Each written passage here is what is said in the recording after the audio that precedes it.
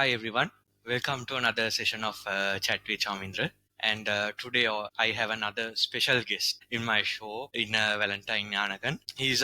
We known for each other for 30 years, and I'm continuing this trend of interviewing people who I know for a long time.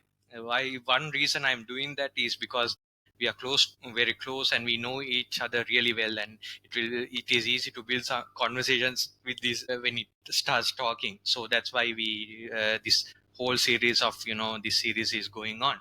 So Valentine, just like his name suggests, is a very passionate person when it comes to his work. He's a corporate trainer and heading a really good position in a blue chip company in Sri Lanka. And the one we are talking about, he's very passionate about sports, fitness, and what can I say? Cycling is like his second best friend, right? After your family, I think Yes, that's yes, like yes, his. of course. Yeah, yeah. Yeah. So welcome to the show, Valentine. Thank you so much for Thank you. accepting my invitation and Thank you, joining. Chamindra. Yeah, let's Thank you for start having off. me. No worries. Let's start by just giving an introduction about yourself to the audience, Valentine. Yeah. All right. So, my name is Valentine Gnanakan, and I've known Chamindra since my school days. So, one of the things which I'm actually passionate is about, I think, from the prelude you got here, is fitness. So, you might be wondering why exactly that's something that's been driving me. The fact of the matter is, recently we celebrated 20 years of leaving school, right? So, as you know, the clock for all of us is ticking. And as you can see by these little shades here, we are not getting any younger. So, it comes to a point where, you need to be sure that you will be able to continue to do the same things you will be doing later on in life just as conveniently as you are doing it now. But you can actually see that happening in a certain sense. You know that you don't have the same strength and the same level of fitness you had when you were back in school. And back then, when we take part in a sports meet, running 100 meters or something wasn't a big deal. Playing cricket in the interval for half an hour, and we can go back to our books and continue as if everything was fine. But 20 years down the line, half an hour of cricket and we are fagged out, and we are what will be probably craving for a nap or something like that. So the routine things which we are able to do, we should be able to do, and that's one of the reasons why I started getting into fitness at this point in time. Because see, I watched this video once on YouTube. You can check it out as well. It's from a well-known doctor called Dr. Peter Attia, and he talks about something called the marginal decade. So now this may sound very morbid, but uh, what he says there is, how do you want to spend the last 10 years of your life? So let's say, you know you're lucky enough and you get to live to a ripe old age of 90 to 95, maybe 100. That last 10 years, how would you spend it? Will you be able to do the normal things you do? Will you be able to walk about unaided? Will you be able to climb a flight of stairs without getting tired? Will you be able to walk to the shop down your lane and buy a loaf of bread and carry it and bring it home? Will you be able to pick up your grandchildren without ease? So all of these things into play. That kind of hit home, and that's where I thought, you've got to start investing in your health right now, because down the line it might be too late. So that was actually the driving factor that drove me towards this whole journey of fitness, mainly endurance sports like long distance running, cycling, and long distance swimming. So that's what I'm actually passionate about. And a little bit about me: I am a father of a 1.5-year-old son. Hopefully, he too would follow in my footsteps. And just like Chamindra mentioned, I also work in corporate. I'm a continuous improvement professional, and that's what my career is based on. So apart from that, that is, the whole setting for this whole story which you're about to see unfold. Super Valentine. I mean, you're like a true all-rounder and a modern-day Iron Man, right? I mean, with all those descriptions you're saying, I mean, yeah. But I mean, people who follow you, I mean in social media, how you have shared all your cycling expeditions and all your fitness routines. I have seen you running in down in Independence Square in midnight as well. I mean, you are very passionate about what you are doing, right? That's really good. I mean, something that inspires anyone who will be watching this. I mean, being how you are busy your whole life has been as well. How has it helped you mentally and physically, Valentine? This all your fitness routine, your all this sporty. I mean this. I mean, how can I say this routine of having the best fitness, Hmm. cycling, all these rounds. How has it helped you to grow mentally as well as physically? So very, very good and a very thought-provoking question, Chamindra. So to add to this, I would like to go back in time as to how this all started. So this goes way, way back in time. I would say to somewhere around 2000 and 13, if I remember right. So that's where this whole cycling thing started. So, well, obviously, when we were kids, we had it was mandatory that we had bicycles and we were riding around and all. But this whole thing into cycling started off with actually, ironically, a batchmate's father. So this was me cycling with another fellow batchmate's father and his friends who were back then in their 20s. So, and it was amazing to see how these gentlemen at this age, are doing all this with ease. And here I am struggling to keep up with them. So, while I was actually cycling, one of the things that we used to do was we used to plan this trip around Sri Lanka in stages. So, it was called, we used to call Around the Pearl in Bits. Discover the Pearl in Bits, that's what we called it. And while I was cycling, right, I just thought, this is an amazing way to discover our country, right? You are one with nature, you're discovering new roads, sceneries, people up close because you're not covered by a vehicle or anything. You're just, it's just a bike and you feel, Correct, correct. the wind in your face and you Yes, breathe yeah, that that's what I fresh was going to comment as early well. Yeah. morning and even it's early morning you're riding, actually working out, right? So when your negative energy is being put out of your body and you're investing in a little bit of fitness, your heart is pumping faster, your blood is flowing more smoothly, so all of that is happening. So that to me has helped in so many ways because it has helped me to always maintain a clear mind and also help me to be strong, focused. So from that, it actually switched on to competitive racing as well.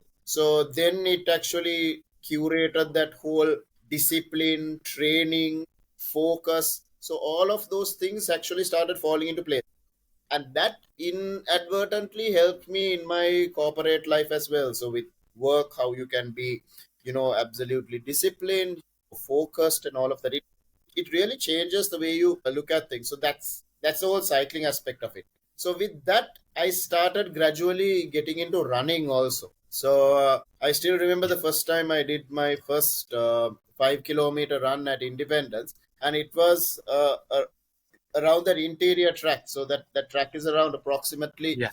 400 meters. So I just kept thinking, let me see how far I can go. So then the first kilometer was done, second kilometer, and this was over days. So at one point at 3 kilometers, I was like, this is it. I can't go beyond this. But then I kept on trying and trying and trying. And one point day, just going on those loops, and finally, I just looked at my watch and hey, 5 kilometers up. So it kind of helps you to discover the limits that you put on yourself, and it helps you to break those boundaries. So that was something that really helped me, I would say, mentally. And of course, with that comes the whole physical aspect as well. So you're building up your heart rate, and then you're more healthy, you're able to function better and all of that. So for me, these two were actually the starting points. And then of course from college days I used to be involved in swimming.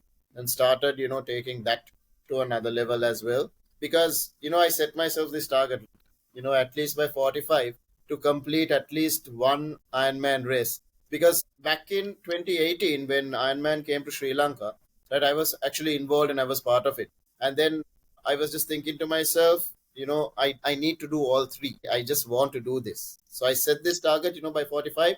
I need to have completed at least one Ironman 70.3 event. So started training towards it. And as you know, ups and downs, things happen. Training goes to another level, then life happens, and then, you come back down again.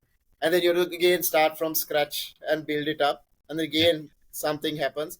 So it's sort of like you would say a life lesson, curveballs come your way, things happen, but the important thing is to always stay resilient and keep at it. So when you know that you have this end goal, you somehow try to work towards it.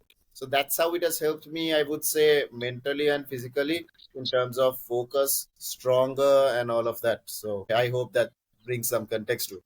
Yeah, it does. It does. I mean, that is really superb. I mean, but you brought a very nice point. I mean, sports, what you are doing, it gives you targets to yourself, right? I mean, Exactly. you feel I can do this. If I can't do this, I will keep another level of target and I will somehow try to get there. And when Yeah. you push yourself there, naturally, I think the body and the nature, everything helps you to achieve that. If you are passionate and It doing that kind of and synchronizes. working It's towards all that just goal. Yeah, synchronizes, and yeah, yeah. it is superb. And again, the question arises to me: how do you find time and space to do all this? Right? I mean, I know why are you're working, you're working almost like, I mean, it's not just a corporate job, right? Because you are a corporate trainer, you're working on a senior leadership role as well. I mean, you need to work with a lot of subordinates, and we after that, and you have to take care of your family and the little one as well. How do you find time and space to do all this? That's a question that came So to me naturally when I very, heard very, about it. very Yeah. interesting thing. And I would say, if in all honesty, it's something which I'm struggling with also. Because, see, back in the day, When you're a bachelor, it yeah, must have been easy. When you're a it bachelor, was it no, must have been easy. it was a no brainer. I mean, you got nothing else to do. You just either wake up in the morning. I used to just wake up in the morning, then, just lace up my shoes, go for a run, come back, then, get up, go just get on the bike, ride, meet up with my friends wherever we plan our routes, all of that. Then after that, responsibilities kick in, right? So then it's just a matter of, I would always say it's easier said than done. It's about, again, prioritizing what matters, right? And trying to make time for it. So, something which I've always told myself is, there are 24 hours in a day, right? Surely you can invest at least 2 to 3 hours of those 24 hours for your own personal well being. And I use the word invest because, those 2 to 3 hours which you put in right now would be the interest you will gain in the latter part of your lives. So that's why I always say investing in your health is something that's important. So how I manage this is, so my schedule is from what it was to what it is now. I try to get in at least 3 to 4 sessions during a week. So it would be Monday would be a short run, then Tuesday would be a break, Wednesday maybe something, Thursday I meet up with our running group, so that happens at Wednesday evenings. Then again, Friday, will be a rest day. Saturday morning, I would go on a ride, right? Probably 50, 60 kilometers. And then Sunday, full time with the family. So when I do go out in the mornings, especially on holidays, I try to make it a point to be home at least by 10 o'clock so that I can rest a bit and have the rest of the day to engage, with family stuff. And when it's the runs, I try to do it after work. So it's pretty convenient. Then, just come to Independence, finish the workout, then go home, freshen up, spend time with the family, and then, attend to whatever needs attending to in the latter part of the day. So approximately, I still manage to get about 7 hours of sleep. Try to prioritize that because that's very important as well. Because even after heavy workouts, sleep is very important to help your body recover. So yeah, so I that's how I try to fit things in. Doesn't always go according to plan, but then again, it's just about making the best out of things. So that's currently how I manage my time. I mean, that's really nice. I mean, to for you to do all these things, I mean, the support you're getting from a family must be immense, right? I mean, Oh yes, you're yes, doing all these yes. things all around. Yeah, So I have to that must actually be be. really. I mean, That's phenomenal. So I had to actually tell you, my wife has always been very supportive of this. So even the yeah, races which I go, right. So we need a support crew, because these are endurance races. So these run into 150 to 200, 300 kilometers. So you need a support crew when you're doing this. So she's always there, with the vehicle behind me, with nutrition and all of that. She has always been very, very supportive of all of that. And she's been there for every event. She's always been there at the finish line cheering, and she's always been a tremendous support. So hats off to her. superb. That's superb. You're a very lucky person in that sense. I mean, when you're doing such a thing, I mean, that support Yeah. system is really vital. I That's know, really can important. So understand. And so we to are, anyone I especially would, you are doing something like Iron Man. Yeah, that's a yeah. tough one. So it's important, I like mean, as you said, it's yeah, it's important to have that support system also. It could be your spouse, it could be correct. a couple of friends maybe, because even like our group. So there are a couple of groups I'm involved in. We have that sort of a support system also, where we all get together and support each other in all of that. That whole community, it grows together. So that support system is always important, and have that right support system to help you through this. That's important actually. That's true. That's true. I just want to know, with all this, this fitness and all this mental strength and all this gain, how does it help you in the corporate world when you're making tough decisions, engaging with your employees? Does it really help? I mean, for you to, make, sometimes as a leader, you need to take quick decisions, right? Very quickly, and, Yeah, make it work. How does that help you in a sense? If you can give a small brief yeah, of overview course. on that based on your experience. Yeah. So again, this is my perspective and how it has actually helped me, and I'm sure it will work for everyone else as well. The first thing is, after an activity like this, your negative energy is literally zero, right? Your mind is clear. Your mind is clear of all negativity, because all of that energy you have like put it in, you pumped it out, and you've basically gotten rid of it. So I mean, you've seen in movies, right? This classic 80s movies. When this person has been dealt with an unfair hand, they are either chopping trees, or they're hitting the gym and pumping everything out, and they come back all focused. So it's ironically that's true, right? It helps you to get rid of all this negativity, that is all about you, and you're more focused. So for me, it has actually helped me in my decision making a lot, because I know I'm thinking with a clear head, right? So I can evaluate option A, B, C, D, and all that. Because see, even when it comes to training and even planning a race, there are a lot of factors involved. It's not just that you get up early morning on race day, you lace up your shoes, or you get on your bike and you go, right? There's a lot of planning before that. You've got to plan your practice schedule, you've got to plan your nutrition from at least 3 months before the event. You've got to plan how you're going to eat, and the day before and the week before, how you load up on carbohydrates, so that you have enough energy to go. Then all of this thing, and your training schedule, it's just not about getting out there and doing the distance. You have to mix up your training, so all of these things. So when so many variables are involved, it helps me at my work as well to navigate various challenges by putting all of those things into perspective. Number one, being able to plan, looking at all the variables that are in place, right? Then closer to whatever event or thing you have to do, or the task at hand, how do you execute it? How do you deal with stakeholders? All of that. Because being fit and Yeah. taking part in races, you work with a crew, right? You work with a crew. So since you're in the middle of it, you need to know how your crew is going to perform. So it helps me with my team as well. So even at team meetings, I Yeah. always share my experiences about races and how it has helped me personally.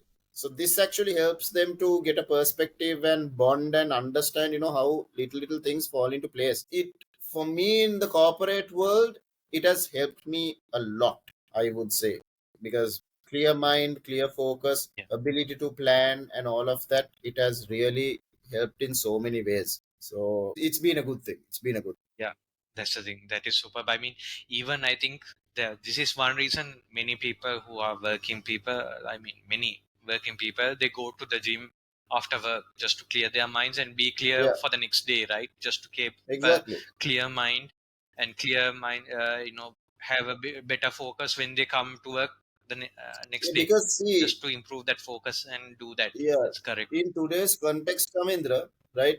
Things are not what it was. I mean, you even chat with our parents, right? For them, doing a job was like, okay, you get up in the morning, clock into office by 9 o'clock. You do your work, you get out at 5, and then you come Correct. home. It was very routine and mundane, and the challenges they had in the corporate world back then Correct. versus what we have now are completely different. So we need to gear ourselves and 100%. our mindset and our bodies and everything to face that, right? And it's evolving as we go along. I mean, Correct. it's nothing strange. We all know that all of these things are evolving. So with that evolution, I think we Correct. also need to strengthen our resilience to all of that. So that is one thing I believe, being fit and of a Correct. sound mind and body would really help fuel that through.